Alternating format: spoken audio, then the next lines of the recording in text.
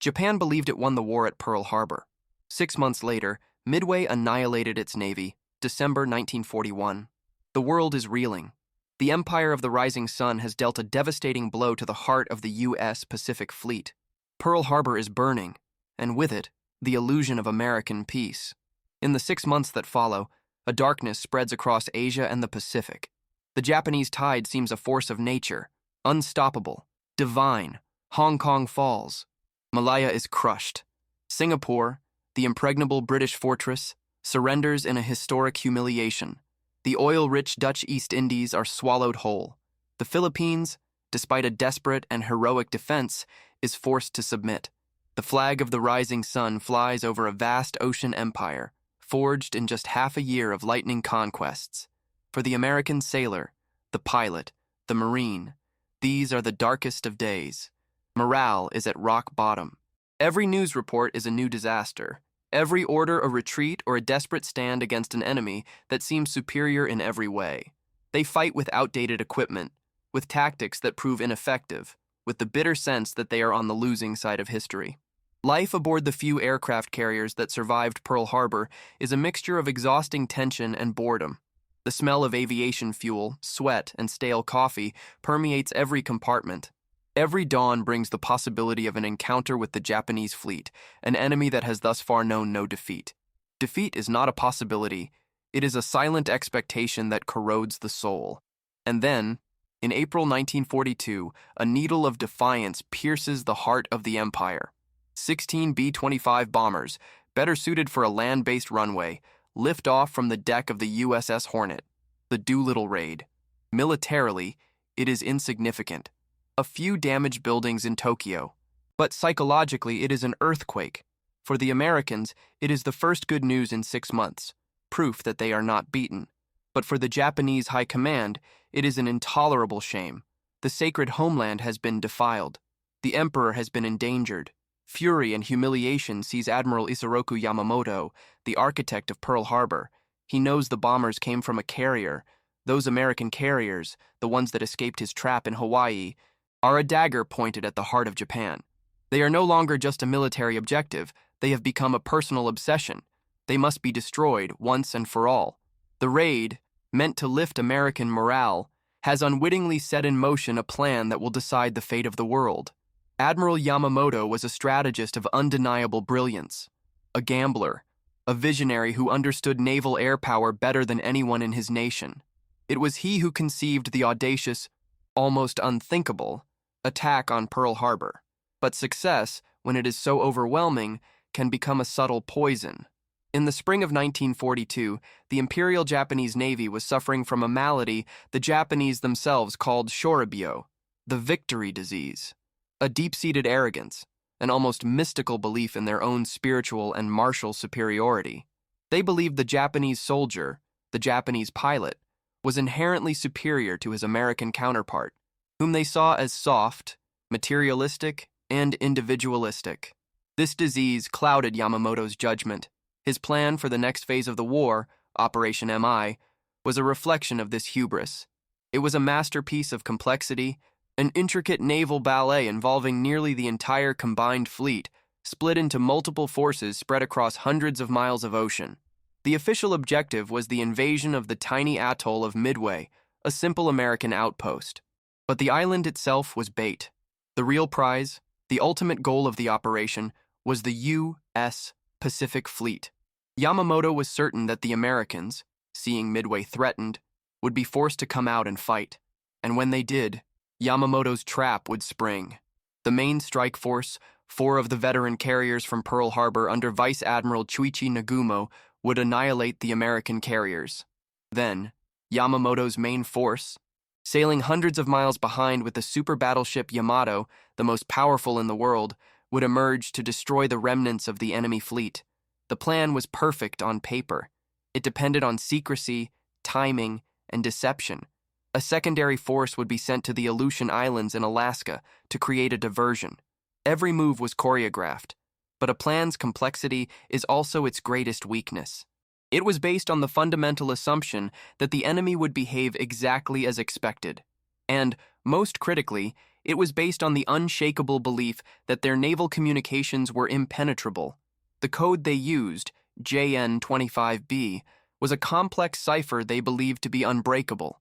They trusted it with a blind faith, transmitting the most intimate details of their operation over the radio waves, certain that the ether spoke only Japanese. Commanding the strike force was Nagumo, the same man who had led the attack on Pearl Harbor. He was an experienced, competent commander, but also cautious and dogmatic. He was more comfortable following established doctrine than improvising. His success in Hawaii had burnished his reputation, but it had also masked a lack of flexibility that would soon be fatally exposed. The Japanese fleet set sail in late May, an armada the likes of which the world had rarely seen. Hundreds of vessels, from mighty carriers to humble transports. Their pilots were the best in the world, combat-hardened veterans from the skies over China and the Pacific. Their Zero fighters were legendary, their bombers and torpedo planes, deadly. They sailed for Midway, steeped in the victory disease, utterly unaware that they were not heading towards a trap they had set, but straight into an ambush. In a windowless basement in Pearl Harbor, the air was thick with cigarette smoke and the sweat of concentration. This was the home of Station Hypo, the Pacific Fleet's crypto-analysis unit. It was a place where war was waged not with bullets and bombs, but with pencils, paper, and an almost superhuman insight. At the head of this team of geniuses was Commander Joseph Rochefort, an eccentric man, often seen in a bathrobe and slippers, who lived and breathed enemy codes. For months, Rochefort and his team had been working feverishly to crack JN-25B. They hadn't broken it completely, but they were beginning to read fragments, to discern patterns, to catch the ghost of Japanese intentions. By mid-May, the fragments began to form an alarming picture. They spoke of a massive offensive, of a carrier strike force, of a date, and above all, of a mysterious objective designated by the letters AF. The fate of the Pacific depended on discovering what AF meant. In Washington, intelligence analysts were convinced AF referred to the Aleutians, or perhaps even the UIS, West Coast. It made sense. The Aleutians fit with the diversion they were also detecting. They advised their commander-in-chief, Admiral Chester Nimitz, to act with caution and not be deceived. But Rochefort was convinced they were wrong. His intuition, forged in thousands of hours of staring at coded gibberish, told him that AF was Midway. It was the logical target, the perfect bait to lure out the American fleet. He couldn't prove it, however.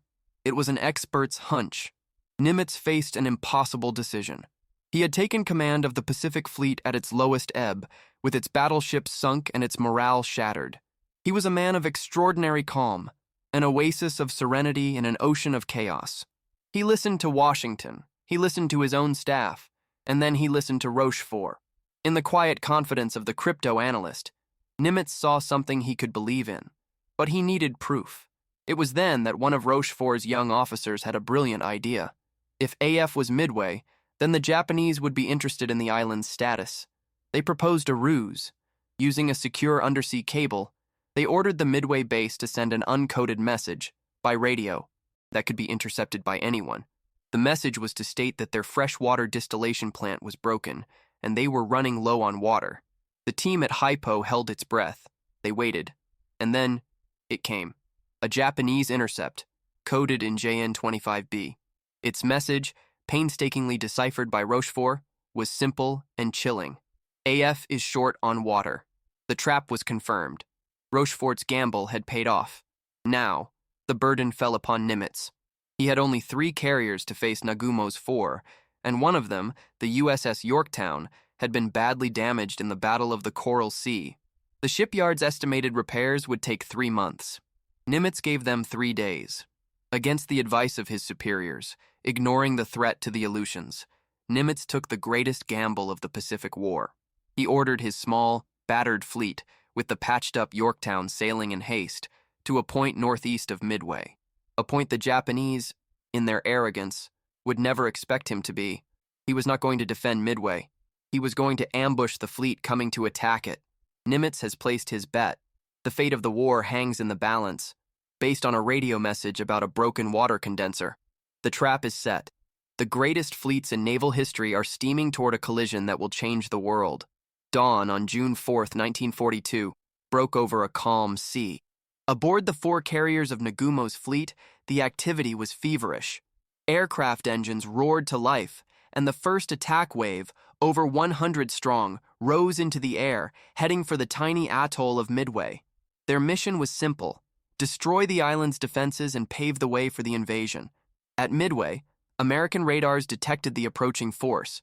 The Marine Corps fighters, mostly obsolete Brewster Buffaloes, scrambled to intercept.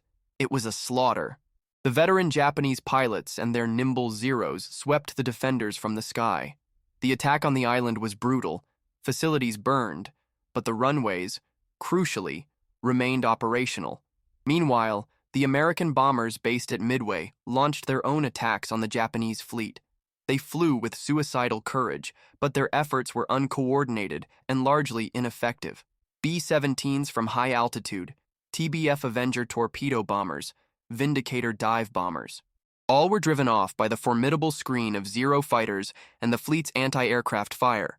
Aboard his flagship, the Akagi, Admiral Nagumo received the report from his strike leader. Midway had been hit, but a second strike was needed to neutralize it completely. At this very moment, his reserve aircraft on the hangar decks were armed with fragmentation bombs, prepared for that second island raid.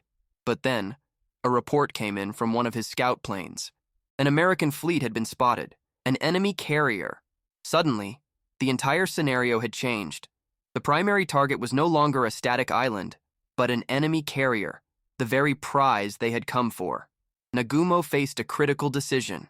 His planes were armed with the wrong bombs to attack a warship. They needed torpedoes and armor-piercing bombs. Indecision seized him. Caught between two objectives, he hesitated. Finally, at 07:45, he gave the fatal order. Rearm the planes from land bombs to torpedoes for a naval attack.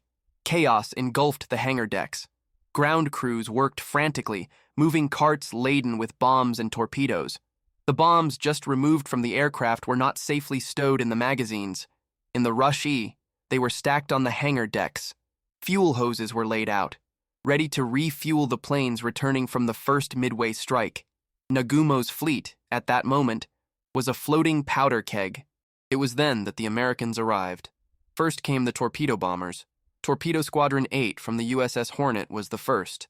15 Douglas TBD Devastator aircraft, slow, outdated, flying low and slow with no fighter escort.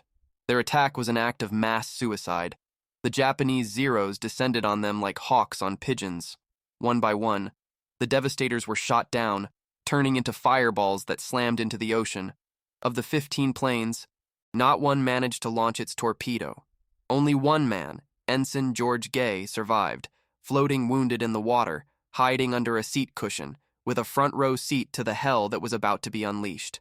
Shortly after, the torpedo squadrons from the Enterprise and Yorktown arrived. They met a similar fate. They were massacred. In total, of 41 American torpedo bombers that attacked that morning, only 6 survived. They did not score a single hit. From the bridge of the Akagi, Nagumo and his staff watched the carnage with a mixture of contempt and relief. The threat seemed to have been eliminated, but the sacrifice of the torpedo bombers, though a tactical failure, accomplished something of monumental importance. They drew the entire Japanese combat air patrol, every Zero fighter, down to sea level to annihilate the low-flying planes. They left the sky, at high altitude, completely empty. And it was in that empty sky that, by a miracle of navigation and sheer luck, destiny appeared. Lieutenant Commander Wade McCluskey, leading the dive bombers from the USS Enterprise, was nearly out of fuel. He hadn't found the Japanese fleet where it was supposed to be. Many commanders would have turned back. But McCluskey saw something: the wake of a lone Japanese destroyer, hurrying to rejoin its fleet. McCluskey made a gut decision and followed the destroyer. At 10:20 in the morning, he saw what he was looking for. Below him, spread out on the blue ocean, was Nagumo's carrier force. They were at their moment of maximum vulnerability. Their strike planes were being rearmed and refueled. Their flight decks were crowded with aircraft, bombs, torpedoes, and fuel. Their patrol fighters were all down low, chasing the remnants of the torpedo squadrons. McCluskey did not hesitate. He nosed his SBD Dauntless dive bomber over and began his descent. Behind him, 30 of his planes followed. At the same time, almost as if choreographed by fate, the dive bombers from the Yorktown arrived from another direction. For the Japanese on the decks below, it was as if the sun had shattered into dozens of lethal black fragments. The deafening shriek of the dive bombers filled the air. There was no warning, no defense. A 1,000-pound bomb tore through the flight deck of the carrier Kaga near the bridge, detonating in the hangar above, which was packed with armed and fueled aircraft. The blast set off a chain reaction of secondary detonations that ripped the ship apart. Almost simultaneously, the Soryu took 3 direct hits. The bombs detonated among tightly packed planes, turning the carrier into an inferno in seconds. The flagship, the Akagi, took only 1 hit, but it was enough. The bomb exploded in the middle of the hangar deck, setting fire to the B-5N Kate torpedo bombers being readied for takeoff. Nagumo himself barely escaped with his life as flames engulfed the bridge. In the span of 5 minutes, between 10:20 and 10:25, 3 of the Imperial Japanese Navy's elite aircraft carriers, the proud veterans of Pearl Harbor, were turned into raging, uncontrollable hells. The tide of the Pacific War and of the Second World War had just turned in the time it takes to drink a cup of tea. Only 1 Japanese carrier remained unscathed, the Hiryu.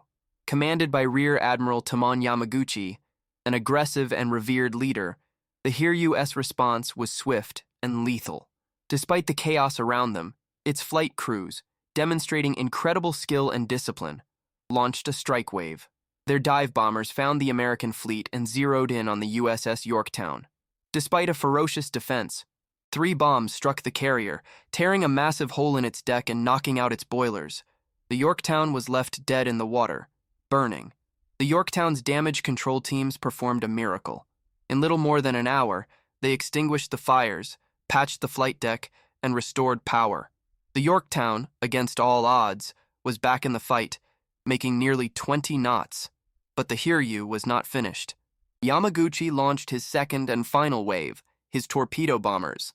The Japanese pilots, mistaking the repaired Yorktown for a different, undamaged carrier, swarmed it. 2 torpedoes slammed into the battered ship's side. The damage was catastrophic. The Yorktown began to list dangerously, and the order to abandon ship was given.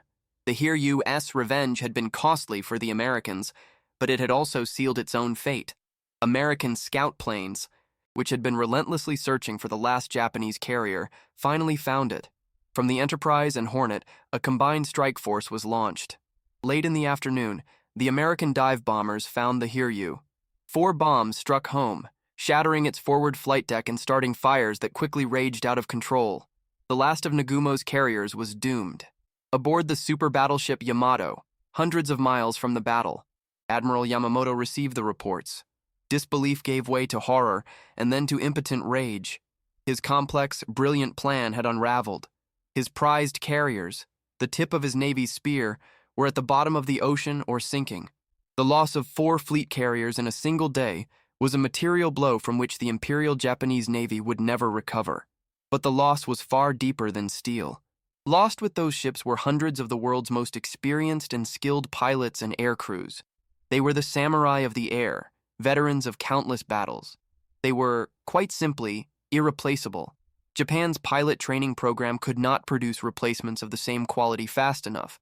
Whereas the United States, with its vast industrial base and training programs, could absorb its losses and produce pilots and planes in staggering numbers, Japan could not. At Midway, Japan didn't just lose ships, it lost a warrior soul it would never find again. The psychological impact was seismic. The victory disease was instantly cured, replaced by the bitter taste of an inconceivable defeat.